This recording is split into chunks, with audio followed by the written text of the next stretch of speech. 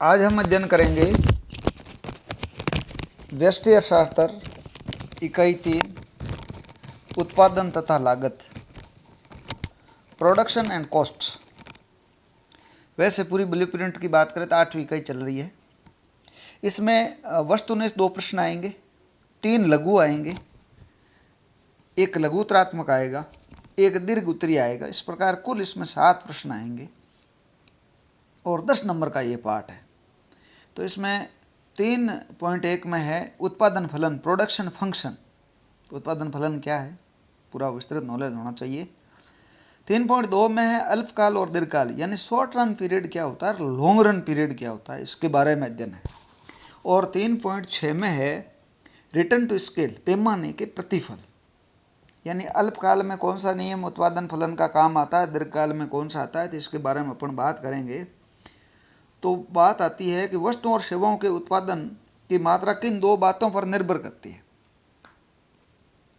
तो वस्तुओं और सेवाओं के उत्पादन की मात्रा 2 बातों पर निर्भर करती है।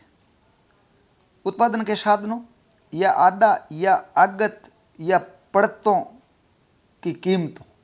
देखो ये अलग अलग नाम है।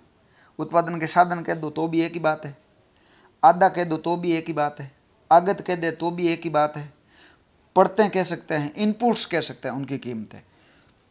उत्पादन के साधनों या आदा इनपुट्स के तथा उत्पादन तथा प्रदा या निर्गत के बीच पाए जाने वाले भौतिक और मात्रात्मक संबंध पर।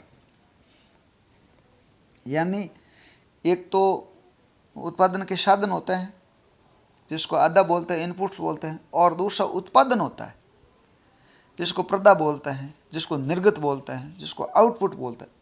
यानी आगत और निर्गत के मध्य एक भौतिक संबंध पाया जाता है, मात्रात्मक संबंध हो सकता है उसके। ये इन 2 बातों पर निर्भर करती है। इनपुट्स और आउटपुट का अर्थ बताइए। इनपुट का मतलब होता है उत्पादन के साधन, पड़ते, आगत, ये इनपुट होते हैं। आउटपुट का मतलब होता है उत्पादन, प्रदा या निर्गत, ये है। पड़तों का क्या अभिप्राय है। इनपुट्स उत्पादन के साधन, पड़तें, आगत उत्पादन में योगदान देने वाले उत्पादन के साधन, आगत या पड़तें कहलाते हैं। यानी उत्पादन में उत्पादन में योगदान देने वाले उत्पादन के जो साधन होते हैं ये आगत कहलाते हैं। जैसे श्रम है, भूमि है, पूंजी है, प्रबंधन है, तकनीक, साहस या उद्यमशीलता। अब इसको अलग अलग नाम से, जैसे एल के लिए, श्रमिक के लिए एल यूज़ करते हैं, भूमि के लिए, पूंजी के लिए अपन के करते हैं, भूमि के लिए एन नेचुरल रिसोर्स कर सकते हैं, तकनीक के लिए टी कर सकते हैं, और एंटरप्रेन्योरशिप उद्यमशीलता के लिए, साहस के लिए ई कर सकते हैं। ही है। उत्पादन फलन को परिभाषित कीजिए। फलन गणित का एक तकनीकी विशेष शब्द, टेक्निकल टर्म है ये फलन। ये क्या है, गणित का एक तकनीकी विशेष शब्द है ये फलन। सामान्यतः फलन का अर्थ 2 चरों, स्वतंत्र और आश्रित चर के बीच पाए जाने वाले मात्रात्मक संबंध होता है। 2 चर होते हैं इसका, एक तो स्वतंत्र चर और एक परतंत्र चर। तो उन दोनों स्वतंत्र और परतंत्र चरों के बीच पाए जाने वाला मात्रिक संबंध होता है। जैसे y is function of x, y is function of x, इसको इस प्रकार y is equal to function of x ये लिख सकते हैं। y जो एक आश्रित चर है और वह स्वतंत्र चर x से मात्रात्मक रूप से संबंधित है। यानी इसके अंदर x स्वतंत्र है, y परतंत्र है। फलन एक सांकेतिक चिन्ह है, ये इस प्रकार है। ये आ सकता है, छोटा सवाल है। उत्पादन फलन किसे कहते हैं। उत्पादन फलन लिखिए। उत्पादन फलन एक मात्रात्मक संबंध होता है। पहली बात, उत्पादन फलन को निम्न प्रकार से व्यक्त कर सकते हैं। जैसे ये आपके क्यू है, 1 मीटर क्लॉथ है मान लीजिए, तो ये फलन किसका है,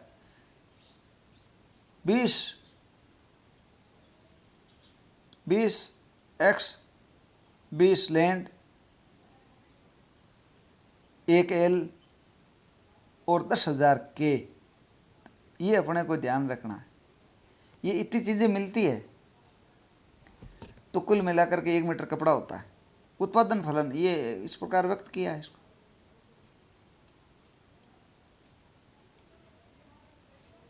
यानी 20 बाई 20 की लैंड हो, एक लेबर हो और 1000 रुपये हो, इस प्रकार ये भी हो सकता है।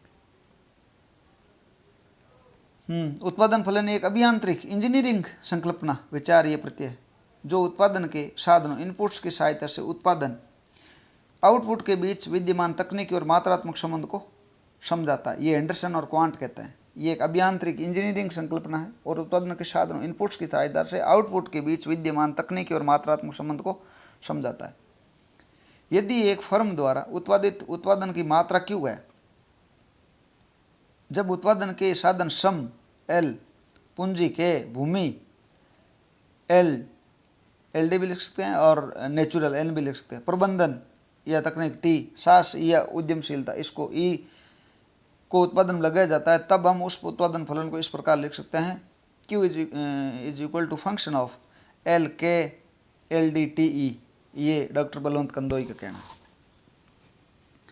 उत्पादन फलन की मान्यता बताइए कोई 4। मान्यताएं वे मूलभूत आवश्यक बातें, दशाएं, शर्तें होती है जिस पर नियम या सिद्धांत निर्भर करता है। इन मूलभूत व आवश्यक बातों का पूरा होना किसी नियम या सिद्धांत के लिए वास्तव में खरा उतरने या पूर्णतः सिद्ध होने के लिए आवश्यक होता है। तो ये इसकी मान्यताएं बात करते हैं। उत्पादन फलन की मान्यता है कि उत्पादन फलन एक निश्चित तकनीक होती है जो बाहर से दी हुई होती है, पहले से अपनों तकनीकी स्थिर मान के चलना है। उत्पादन के साधनों की कीमतें ये भी दी हुई होती है। उत्पादन फलन का संबंध एक निश्चित समय की अवधि से होता है। ये एक अवधि होती है फिक्स। उत्पादन के साधनों के संयोग अनुपात एक सीमा तक ही बदल सकते हैं, यानी उसका जो एक कम्बिनेशन होता है उस सीमा के बाद उसको बदल नहीं सकते। उत्पादन के साधनों की आपस में समरूपता होती है, जैसे अपन मान के चलते हैं श्रमिक की कितनी इकाई ले तो श्रमिक मिलेगी, पूंजी पूंजी ये समरूपता मिलेगी। उत्पादन के साधनों की परिवर्तनता संभव है। उत्पादन के साधनों के परिवर्तन की प्रक्रिया एक एक करके की जाती है। उत्पादन के साधनों की एक सीमा तक उसका प्रतिस्थापन हो सकता है। अल्पकाल में उत्पादन के स्थिर साधनों की पूर्ति वो बेलोसदार होती है। फर्म का एक उद्देश्य लाभ अथवा उत्पादन का अधिकतमीकरण करना है। उत्पादन के साधनों का उपयोग पूर्ण रूप से कार्यकुशलता से किया जाता है। साधनों का उपयोग पूर्ण कार्यकुशलता से किया जाता है। यदि उपयुक्त मान्यताओं में कोई बदलाव होता है तो उत्पादन फलन में भी बदलाव करना पड़ेगा। इस प्रकार किसी भी उत्पादन फलन की आवश्यक शर्तों या मान्यताओं को माना जाता है। तो ये आपके ऐसा छोटा प्रश्न आ सकता है। उत्पादन फलन की विशेषता बताइए, जैसे कोई 4 है 3 है ऐसे आ सकता है। उत्पादन फलन की प्रमुख विशेषताएं, जैसे उत्पादन फलन एक इंजीनियरिंग संकल्पना है, अभियांत्रिकी। उत्पादन फलन साधनों और उत्पादन के प्रवाह से संबंधित है। यह साधनों द्वारा रूपांतरित उत्पादन के संबंध को व्यक्त करता है। उत्पादन फलन साधनों और साधनों द्वारा उत्पादित उत्पादन की भौतिक मात्रा को बताता है। उत्पादन फलन का संबंध एक निश्चित समय की अवधि से होता है। उत्पादन फलन में एक श्रम की इकाई का दूसरी से एवं एक पूंजी की इकाई का दूसरी से प्रतिस्थापन किया जा सकता है, यानी एक उत्पादन फलन जो इकाई है इस पर प्रतिस्थापन किया जा सकता है। उत्पादन फलन एक निश्चित दी हुई तकनीकी से संबंधित होता है। उत्पादन फलन के द्वारा केवल साधनों और उत्पादन की भौतिक मात्रा को सम्मिलित करते हैं, किंतु उनकी कीमतों को सम्मिलित नहीं करते। ये ध्यान रखना, भौतिक मात्रा यहाँ कीमतों का लेना देना नहीं है। अवधि के आधार पर उत्पादन फलन अल्पकालीन और दीर्घकालीन ये 2 प्रकार का हो सकता है। समय के आधार पर उत्पादन फलन कितने प्रकार का होता है? ये छोटा प्रश्न आएगा। 2 प्रकार का होता है, एक अल्पकालीन और दीर्घकालीन। अल्पकालीन और दीर्घकालीन उत्पादन फलन की मात्रा में होने वाले परिवर्तन को, जैसे अल्पकालीन जो उत्पादन फलन है उसको उत्पादन साधनों के परिवर्तनशील अनुपातों के प्रतिफल का नियम कहलाता है, और अगर दीर्घकाल हुआ है तो वो पैमाने के प्रतिफल। तो ये अपने को ध्यान रखना। अल्पकालीन जो उत्पादन फलन है ये आपके साधनों के परिवर्तनशील अनुपातों के प्रतिफल के नियम तथा दीर्घकाल वाला पैमाने के प्रतिफल के नाम से जाना जाता है। दीर्घकालीन, अल्पकालीन एवं दीर्घकालीन उत्पादन फलन में क्या अंतर है? यह अल्पकालीन और दीर्घकालीन उत्पादन फलन में अंतर करते हुए विस्तार से समझाइए। तो ये अल्पकाल और दीर्घकाल पूरा इसमें समझ आ जाएगा। अगर साधनों के प्रकार में देखें, अल्पकाल में स्थिर तथा परिवर्तनशील साधनों के अनुपात उत्पादन में परिवर्तन के साथ साथ बदलते रहते हैं। दीर्घकाल में इसके विपरीत सभी साधनों में एक साथ तथा समान अनुपात में परिवर्तन करने के कारण सभी साधनों के अनुपात पूर्व की भांति अपरिवर्तित रहते हैं। यह पता चल जाता है। अगर इस प्रकार अपरिवर्तित रहते हैं दीर्घकाल है और बदलते रहते हैं तो अल्पकाल है। तकनीकी अल्पकालीन उत्पादन फलन की दशा में तकनीकी की दशा पूर्ववत अपरिवर्तित रहती है और दीर्घकाल में सभी साधनों के परिवर्तन संभव होता है। अतः तकनीकी परिवर्तन की लचीली दशा होती है, ये ध्यान रखिए। फलन का नाम लेते हैं तो अल्पकाल में जो होता है वो घटता हुआ सीमांत उत्पादन का नियम या साधनों के परिवर्तनशील अनुपातों के नियम से नाम से जाना जाता है अल्पकालीन उत्पादन फलन को। लेकिन दीर्घकालीन उत्पादन फलन को स्थिर अनुपातों के उत्पादन फलन कहते हैं इसको। और पैमाने के प्रतिफल की स्थिति में उत्पादन के साधनों के मध्य तथा साधनों तथा उत्पादन की मात्रा के अनुपात है वो स्थिर रहते हैं। Return to scale. अवधि जब तक सभी साधन परिवर्तनशील नहीं होते तब तक का समय अल्पकाल कहलाता है। इस अवधि का फलन है वो अल्पकालीन रहता है। और दीर्घकाल में वह समय अवधि जिसमें उत्पादन का कोई भी साधन स्थिर नहीं रहता, तो इसका मतलब है दीर्घकाल है, ये ध्यान रखें। तो उत्पादन के हिसाब से अल्पकाल कौन सा हुआ? जिसमें सभी साधन परिवर्तनशील नहीं होते हैं, यानी कुछ स्थिर रखने होते हैं, तो अल्पकाल है। और कोई साधन स्थिर नहीं रहता, इसका मतलब दीर्घकाल है। उत्पादन फलन यानी ऊ का मतलब उत्पादन है, एफ का फे का मतलब फलन है। श्रम, भूमि, पूंजी, तकनीकी, सास, ये तो इसमें श्रम परिवर्तनशील है, बाकी ऊपर लाइन है, इसका मतलब है कि बाकी सब स्थिर है। और दीर्घकाल में सभी के सभी परिवर्तनशील है। पैमाने का प्रतिफल से आप क्या समझते हैं? दीर्घकाल में उत्पादन के सभी साधन परिवर्तनशील होते हैं। यद्यपि दीर्घकाल में उत्पादन की सभी साधन परिवर्तनशील होते हैं, किंतु इसमें तकनीकी में सुधार के परिवर्तनों को सम्मिलित नहीं किया जाता है। तकनीकी परिवर्तन को सम्मिलित नहीं किया, अर्थात तकनीकी का स्तर पूर्ववर्ती रखा हुआ माना जाता है। दीर्घकालीन उत्पादन फलन को स्थिर अनुपातों के उत्पादन फलन के नाम से भी जाना जाता है। पैमाने के प्रतिफल रिटर्न टू स्केल की स्थिति में उत्पादन के साधनों के मध्य तथा साधनों एवं उत्पादन की मात्रा के अनुपात स्थिर रहते हैं। पैमाने के प्रतिफल दीर्घकाल में लागू होते हैं जब सभी उत्पादन के साधनों में वृद्धि की जा सकती है। ये आपको ध्यान रखना, दीर्घकालीन उत्पादन फलन की बात कर रहे हैं। पैमाने के प्रतिफल के शब्द पैमाने स्केल का आशय मापने की एक विशेष इकाई जैसे मीटर, लीटर, किलोग्राम, गज, फीट, संख्या, भूमि के क्षेत्रफल के माप की इकाई बिग्गा, एकड़ या हेक्टर से। अर्थात अर्थशास्त्र में पैमाने के प्रतिफल का अभिप्राय उत्पादन की वह स्थिति जिसमें सभी साधनों को एक निश्चित अनुपात या प्रतिशत, जैसे 10% या 20% या 200% यानी 2 गुना, 300% यानी 3 गुना परिवर्तित करते हैं। इस प्रकार समान अनुपात या समान प्रतिशत से दोनों साधनों में परिवर्तन करने के कारण उनके अनुपात है वो समान रहते हैं। समान अनुपात की स्थिति में समोत्पाद वक्रों के एल आकार समान अनुपात की स्थिति में समोत्पाद वक्रों एल आकार के होते हैं, क्योंकि जब उत्पादन की मात्रा क्रम से 100, 200, 300 होती है तब श्रम और पूंजी की मात्रा का एक निश्चित व न्यूनतम आनुपातिक मात्रात्मक संबंध स्थिर रहता है। ये श्रम तथा पूंजी के द्वारा प्रतिस्थापित नहीं किया जा सकता। इस प्रकार ये स्थिर अनुपातों के उत्पादन फलन की स्थिति कहलाती है। कहने का मतलब ये उत्पादन फलन होगा, ये समकोण लिए होगा, एल आकार का होगा। ये देखिए आपका 100 है, 200, 300, क्योंकि इसमें पूंजी और श्रम फिक्स है। नेक्स्ट बात आती है, स्थिर अनुपातों के उत्पादन फलन में विभिन्न प्रकार के पैमाने के प्रतिफल प्राप्त होते हैं। जैसे इसमें 3 होते हैं बढ़ते पैमाने के प्रतिफल।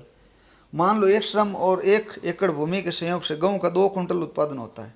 यदि उत्पादन के साधनों के अनुपात को दुगुना करते हैं, 2 श्रम और 2 एकड़ भूमि करने पर गेहूं का उत्पादन 6 क्विंटल हो जाता है। देखो इनको तो डबल किया और वो 3 गुना हो गया। तो इस पैमाने के बढ़ते प्रतिफल कहते हैं, क्योंकि उत्पादन के साधनों में होने वाले अनुपातिक वृद्धि की तुलना में उत्पादन में अधिक अनुपात में वृद्धि होती है। घटते पैमाने के प्रतिफल, यदि उत्पादन के साधनों के अनुपात को दुगुना करने पर अथवा 2 श्रम 2 एकड़ भूमि करने पर गेहूं का उत्पादन 3 क्विंटल होता है, तो इसे घटते पैमाने के प्रतिफल कहते हैं। क्योंकि उत्पादन के साधनों में होने वाली आनुपातिक वृद्धि की तुलना में उत्पादन में आनुपातिक वृद्धि कम होती है। देखो उसमें तो एक एक में 2 कुंटल हो रही है, तो 2 करते हैं तो 4 कुंटल तो होनी चाहिए कम से कम, और इससे कम हो रही है, इसका मतलब ये घटते हैं। स्थिर प्रतिफल का मतलब है जब उत्पादन के साधन और उत्पादन की मात्रा में वृद्धि समान अनुपात में होती है तो उसे स्थिर पैमाने के प्रतिफल कहते हैं। जैसे 2 एकड़ श्रम और 2 एकड़ भूमि 4 कुंटल गेहूं का होता है, तो ये स्थिर पैमाने का प्रतिफल है। तो ये एग्जाम्पल आप आ गया इनपुट्स और आउटपुट। इनपुट में मतलब 1 श्रम 1 एकड़ भूमि, इसका संयोग करते हैं 2 कुंटल गेहूं उत्पादन होता है, और अगर इसको डबल करते हैं तो 6 कुंटल होता है, तो बढ़ते पैमाने का प्रतिफल है। दूसरी स्थिति में डबल करते हैं तो उत्पादन है वो 2 से 3 ही हुआ, 1.5 गुना हुआ, वहाँ 2 गुना है, तो इसका मतलब ये घटते हैं। और इसमें इसको डबल किया उत्पादन डबल हो, स्थिर पैमाने का प्रतिफल है। अब बात आती है अल्पकालीन उत्पादन फलन से। दीर्घकालीन उत्पादन फलन अपन पढ़ लिया। दीर्घकालीन उत्पादन फलन नाम आते ही पैमाने के प्रतिफल को अच्छे ढंग से पढ़ लें, तैयार कर लें। और ये पैमाने के प्रतिफल एल आकार के होते हैं। अल्पकालीन उत्पादन फलन से क्या आशय है? या घटता हुआ सीमांत उत्पादन का नियम या साधनों के परिवर्तनशील अनुपातों के प्रतिफल के नियम में से कौन सा नाम आपके अनुसार सही है, वे क्यों है? संक्षेप में समझाइए।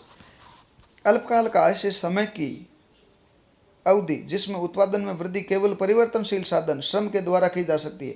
अल्पकाल में उत्पादन में परिवर्तन की प्रक्रिया का वर्णन अल्पकालीन उत्पादन सिद्धांत कहलाता है, जिसे अलग अलग नाम से जान। कहने का मतलब है अल्पकाल में होता क्या है, कुछ साधन स्थिर होते हैं, यानी उसमें परिवर्तन हो ही नहीं जाता, और कुछ साधन परिवर्तनशील होता है, जबकि दीर्घकाल में सभी साधन परिवर्तनशील होते हैं। घटता हुआ सीमांत उत्पादन या साधनों के परिवर्तनशील अनुपातों के प्रतिफल के नियम अल्पकाल में उत्पादन के परिवर्तन की स्थिति में अर्थशास्त्र में अलग अलग नामों से इसको जाना जाता है, और विभिन्न नामों में से घटता हुआ सीमांत उत्पादन नियम तथा साधनों के परिवर्तनशील अनुपातों के नियम शब्द का अधिकांशतः प्रयोग ये हुआ है। घटता हुआ सीमांत उत्पादन नियम शब्द का प्रयोग सबसे पहले फ्रांसीसी अर्थशास्त्री टुरगोट ने किया था, जिसे माल्थस डेविड रिकार्डो ने अपने सिद्धांतों में प्रयोग किया था। मार्शल ने कृषि के संदर्भ में घटता हुआ सीमांत प्रतिफल नियम शब्द का प्रयोग बहुत बार किया।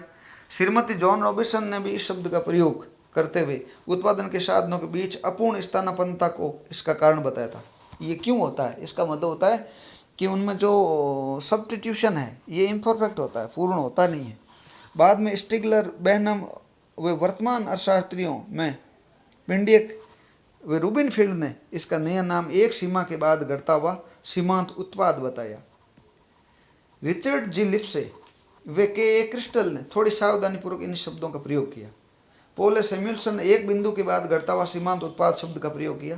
के बोल्डिंग ने इस नियम को अंततः घटती सीमांत भौतिक उत्पादकता का नियम बताया। अर्थशास्त्री गोल्ड व लेजर ने घटता हुआ सीमांत उत्पादक को आंकड़ों पर आधारित पाया। एनसी रे ने ह्रासमान सीमांत उत्पादन नियम को निगमन तर्क से संबंधित बताया। ह्रासमान सीमांत उत्पादन के स्थान पर एम ए बोबर ने उत्पादन के साधनों की विभाजकता एवं परिवर्तनशील अनुपातों के प्रतिफल के नियम के मध्य विरोधाभास का उल्लेख किया। सर्वप्रथम 1947 में E.H. चैम्बरलिन ने अल्पकाल में उत्पादन के परिवर्तन की स्थिति को उत्पादन के साधनों के परिवर्तनशील अनुपातों के प्रतिफल का नियम बताया। E.H. चैम्बरलिन ने यह स्पष्ट किया कि उत्पादन के साधनों की पूर्ण विभाजकता तथा साधनों के अनुपातों के परिवर्तन अल्पकाल में उत्पादन में परिवर्तन के प्रमुख निर्धारक होते हैं। अंततः अर्थशास्त्र में अल्पकाल से संबंधित उत्पादन के परिवर्तन की स्थिति को उत्पादन के साधनों के परिवर्तनशील अनुपातों के प्रतिफल के नियम के नाम से जाना जाता है। अल्पकाल में जब एक साधन की मात्रा को स्थिर रखकर और दूसरे अन्य साधन को परिवर्तित करने पर साधनों के अनुपात में परिवर्तनशीलता का पता लगता है। इसलिए अल्पकालीन उत्पादन के नियम को उत्पादन के साधनों के परिवर्तनशील अनुपातों के प्रतिफल के नियम के नाम से भी जाना जाता है। इसको तालिका दे सकते हैं। जैसे अपन बात करते हैं कि अल्पकाल में ये परिवर्तनशील अनुपातों का नियम कैसे काम करता है। भूमि ये स्थिर साधन है। अल्पकाल में अपन भूमि को बढ़ा नहीं सकते, परिवर्तन नहीं कर सकते, लेकिन श्रमिक में अपन परिवर्तन कर सकते हैं। जैसे भूमि अपने 5 हेक्टर है, श्रमिक अपने पास नहीं है, उत्पादन 0 हो गया। भूमि 5 हेक्टर स्थिर रहती है, एक श्रमिक लगाते हैं, उत्पादन 2 होता है, तो इसका मतलब है 0 से 2 हुआ। फिर एक और बढ़ाते हैं श्रमिक, उत्पादन 6 हुआ। कायदे से श्रमिक डबल किया तो ये अपने 4 ही होना चाहिए, लेकिन 6 हुआ। इसका मतलब ये स्थिति है बढ़ते प्रतिफल की अवस्था। एक और बढ़ाते हैं, इसका मतलब है कि अपन ने इसको बढ़ाया, एक और बढ़ाया तो ये अपने 12 हो गया, फिर और बढ़ाए 6 का डिफरेंस है, फिर एक और बढ़ाए 3 से 4 किया तो 12 से 6 18 हो गया, बराबर 6 से बढ़ रहा है। इसका मतलब है ये स्थिर प्रतिफल है, जितना उसको बढ़ाते हैं वो सेम ही बढ़ रहा है। फिर एक श्रमिक और बढ़ाया तो उसका उत्पादन तो 2 ही हुआ, 18 से 20 हुआ। फिर एक और बढ़ाया 5 से 6 किया तो उत्पादन में कोई फर्क नहीं आया, 20 ही हुआ। फिर एक और बढ़ाया 6 से 7 किया तो उत्पादन है बढ़ने के स्थान पर घट गया। तो इसका मतलब है कि ये घटते प्रतिफल की अवस्था यहाँ शुरू हो गई आपकी। तो ये अपन इसका मैंने आपको पूरा वर्णन बता ही दिया। तो ये इनका जो परिवर्तन है ये बदलता है। देखो तालिका में अगर बात करें कि भूमि की मात्रा स्थिर है, श्रम की मात्रा में परिवर्तन निरंतर किया जा रहा है, उनका अनुपात दिख रहा है, पहले 5:0 है, 5:1, 5:2, ये इस प्रकार के भूमि और श्रम के अनुपात है। इसी तरह न्यूनतम आवश्यक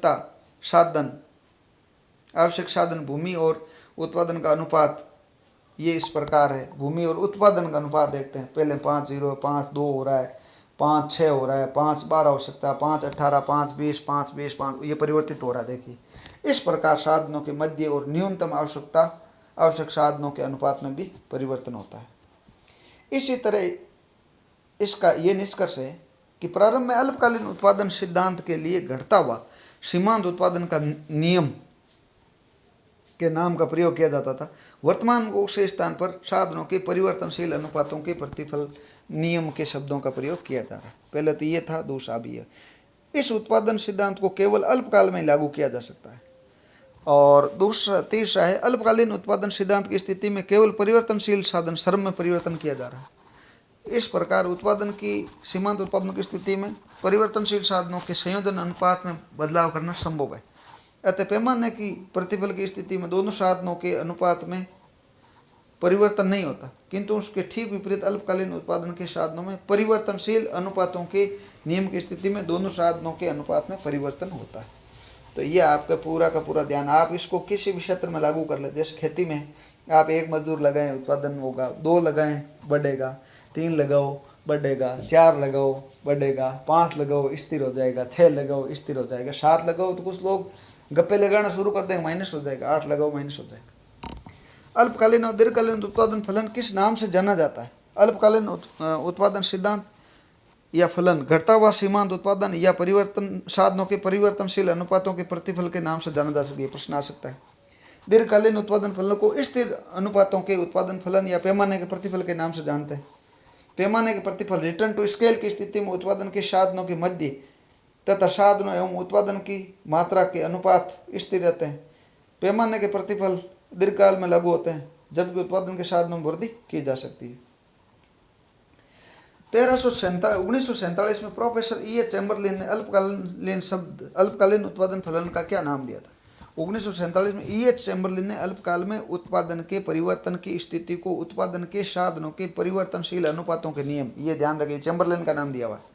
E.H. चैम्बरलिन ने स्पष्ट किया कि उत्पादन के साधनों की पूर्ण विभाजकता तथा साधनों के अनुपातों के परिवर्तन अल्पकाल में उत्पादन में परिवर्तन के प्रमुख निर्धारक होता है। घटता हुआ सीमांत उत्पादन नियम का प्रयोग किसने किया? ये मार्शल ने किया और कृषि के संदर्भ में किया था बहुत बार। पैमाने के प्रतिफल एवं परिव्यय खर्च रिटर्न टू स्केल के प्रतिफल में अंतर को संक्षेप में यह आ सकता है छोटा प्रश्न कि आपके पैमाने के प्रतिफल और ये आपके एक होता है रिटर्न टू आउटलेस और एक होता है रिटर्न टू स्केल। तो इसमें बात उत्पादन के साधनों को उस पर होने वाले परिव्यय खर्चे आउटलेज को समान या तो अलग अलग अनुपात या प्रतिशत से परिवर्तित करता है, तो उसके खर्चे या प्रतिफल परिव्यय या खर्च के प्रतिफल रिटर्न टू आउटलेज कहते हैं। पैमाने के प्रतिफल की स्थिति में साधनों के समान अनुपात या प्रतिशत में परिवर्तन करते हैं। अलग अलग अनुपात या प्रतिशत जैसे पूंजी को 10%, भूमि के क्षेत्रफल को 20% तथा श्रमिक को 200%, इन 2 गुणा या 3 गुणा परिवर्तन नहीं किया जा सकता। उत्पादन के साधनों पर परिव्यय या खर्चे को समान अनुपात या प्रतिशत से परिवर्तित करते हैं। तब साधनों के संयोजन अनुपात में परिवर्तन हो जाता है। साधन संयोजन अनुपात पहले की तरह स्थिर रहते हैं। परिव्यय या खर्च के प्रतिफल रिटर्न टू आउटलेस में साधन संयोजन अनुपात में परिवर्तन हो जाता है, और पैमाने के प्रतिफल रिटर्न टू स्केल की स्थिति में साधन संयोजन अनुपात पहले की तरह स्थिर रहता है। और वो ये आपके रिटर्न टू आउटलेस ये अल्पकालीन फलन है, और रिटर्न टू स्केल ये दीर्घकालीन है। अल्पकालीन उत्पादन फलन लिखिए तो सीधा सीधा लिखना, U is the function of फे यानी फलन। तो इंग्लिश वाला लिख सकते हैं, L है, K है, N है, T है, E है। सर हिंदी वाला लिख सकते हैं, ये ऊपर एक सीधी रेखा लगा है तो ये इस प्रकार हो जाती है। इसका मतलब है कि जिसके ऊपर सीधी रेखा है वो स्थिर है, बाकी परिवर्तनशील है। दीर्घकाल में इसको ऊपर सीधी रेखा नहीं होती है, इसका मतलब सभी साधन परिवर्तनशील थे। ये दीर्घकालीन फलन हो गए। अब अर्थशास्त्र में उत्पादन फलन को भिन्न भिन्न प्रारूप में कौन कौन सा, ये अलग अलग देखिए आप, इसके फॉर्म्स अलग अलग है। एक रेखीय समरूप फलन होता है, लीनियर होमोजेनियस प्रोडक्शन फंक्शन होता है। एक होता है कोब डगलस उत्पादन फलन, एक होता है आउटपुट इनपुट प्रोडक्शन फंक्शन, एक होता है एक्टिविटी एनालिसिस प्रोडक्शन फंक्शन, एक होता है स्थिर प्रतिस्थापन की लोच उत्पादन फलन CS, और फिर है परिवर्तनशील प्रतिस्थापन की लोच, एक है VES उत्पादन फलन, और एक होता है अतिक्रमी लघु गुणकीय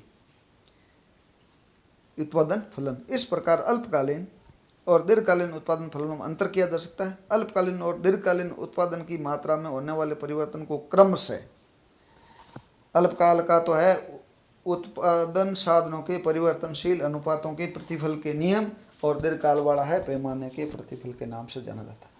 तो आप अच्छे ढंग से इसको तैयार करें, गृहकार्य करें, वीडियो को दोबारा और सुनें और अच्छे अंक प्राप्त करें।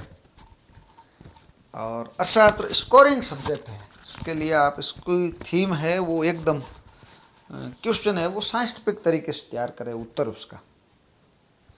तो लाइक करें, कमेंट करें, कहीं कोई प्रॉब्लम आ रही है तो बिल्कुल कमेंट करें, और गृहकार्य करें अच्छी